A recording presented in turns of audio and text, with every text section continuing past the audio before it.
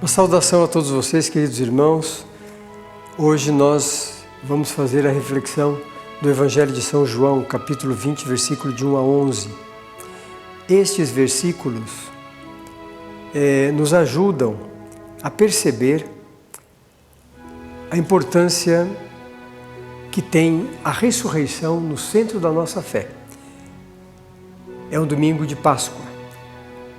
Vivemos a alegria de termos sido reconduzidos, reconquistados pela paixão, morte e ressurreição de nosso Senhor. Vamos ouvir esse trecho. No primeiro dia da semana, ao amanhecer, enquanto ainda estava escuro, Maria Madalena foi ao túmulo e viu que a pedra tinha sido removida. Então saiu correndo e foi ao encontro de Simão Pedro e do outro discípulo, aquele a quem Jesus amava, e disse-lhes: Tiraram o Senhor do túmulo e não sabemos onde o puseram.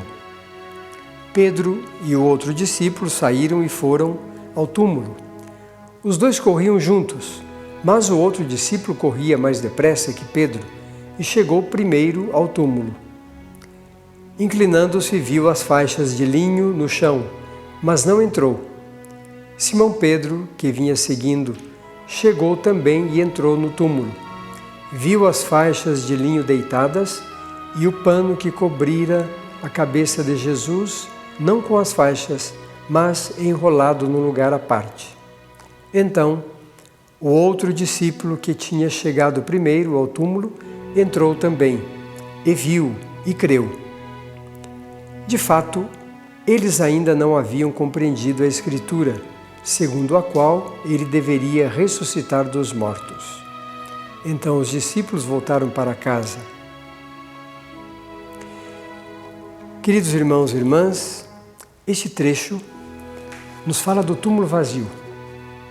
É um mistério que nós temos na nossa fé.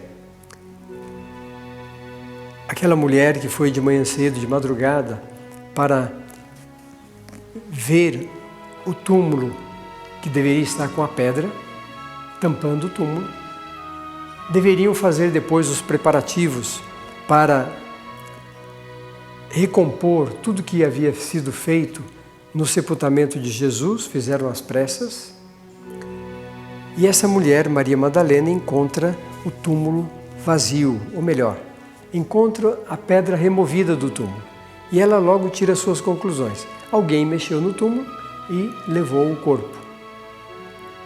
Ela saiu correndo, foi contar aos discípulos, a Pedro e ao discípulo que Jesus amava, João, o fato. Eles foram correndo e viram aquilo que ela havia dito. O que isso nos traz? Primeiro, a ressurreição tem a ver com a nossa vida futura. Não tem a ver com a matéria, com as coisas, com o tempo, com a história que nós construímos no dia a dia.